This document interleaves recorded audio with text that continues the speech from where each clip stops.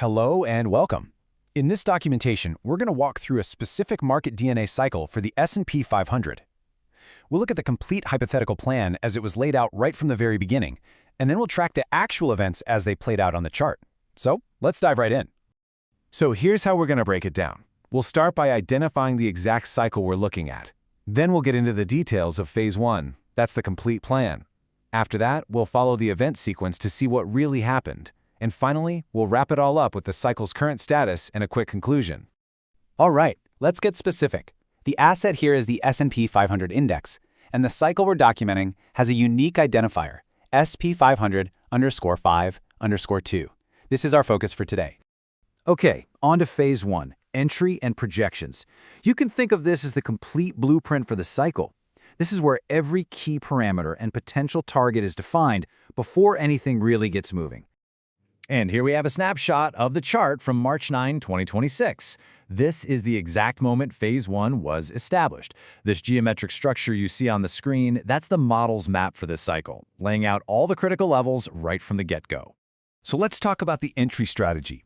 The model defined two key levels, a primary entry labeled M at just under $6,700 and a potential secondary entry, PC, a bit lower. By planning for both possibilities, we get a weighted mean entry price of $6,632.59. That number becomes the baseline for the whole hypothetical plan. Now, every plan has its rules, right? Well, for this cycle, there were two main constraints. First, a time element, which is called the trapezoid time duration, set at 80 days. Second, a risk boundary, known as the third triangle domain, which was set at 4.36%. Now, to make this all a bit more concrete, the plan lays out a risk preview. It's based on a hypothetical $100,000 in capital. But the most important number here is the expected max drawdown, 5%, or $5,000. That risk limit is what drives the calculation for the trade size, which comes out to exactly 0.86 units for each entry. And just so there's no question about how that trade size was calculated, the documentation provides this precise statement. I'm going to read it to you verbatim. Both trade sizes are calculated using the hypothetical capital, the investor's maximum allowed drawdown, the third triangle domain percentage, the risk coefficient, and the contract size. All right, so we've got our entry and our risk defined. So what's the goal? Well, the plan had three distinct price targets set from the very beginning. T1 was a preliminary target at the lower trapezoid. T2 was at a key point called apex N. And the final objective, T3, was at the trapezoid top, which would mark the full completion of the plan. Okay, so that was the plan. Now let's see what actually happened. And this is where things get really interesting, because the first major event to trigger wasn't Phase 2, it was Phase 3. And that's a critical detail. The cycle did not follow a simple 1, 2, 3 path.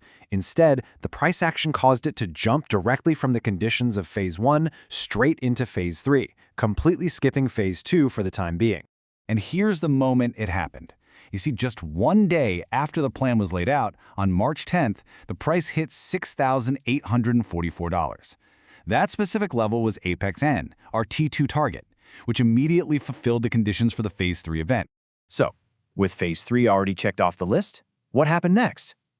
Well, the market pulled back, and the next major event to occur was actually the completion of Phase 2, the step that had been skipped earlier. Fast forward to April 7th, the price came down and made contact with the 6,711 level. Now that was the T1 target from our original plan. And that touch of the trapezoid's lower boundary officially triggered the completion of Phase 2. Okay, so that brings us up to date. Let's quickly summarize where this cycle stands right now based on the events that we've just documented. As of that last documented event on April 7th, the cycle is officially considered to be in Phase 2. So we've seen Phase 3 and Phase 2 events both occur. The only remaining part of the original plan is Phase 4, and that has not been reached. And before we finish, it's really important to go over these disclaimers. Please remember, this is not financial advice. The model strictly prohibits leverage above 10, and you should never ever invest essential personal funds. This analysis is for public model documentation only.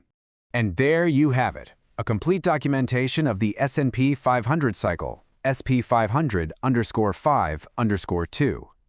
It's a fascinating look at how a detailed plan is established from the start and how events are tracked as they happen, even when they unfold in an unexpected order. For more documentation like this, you can check out the source at marketdnaedge.com.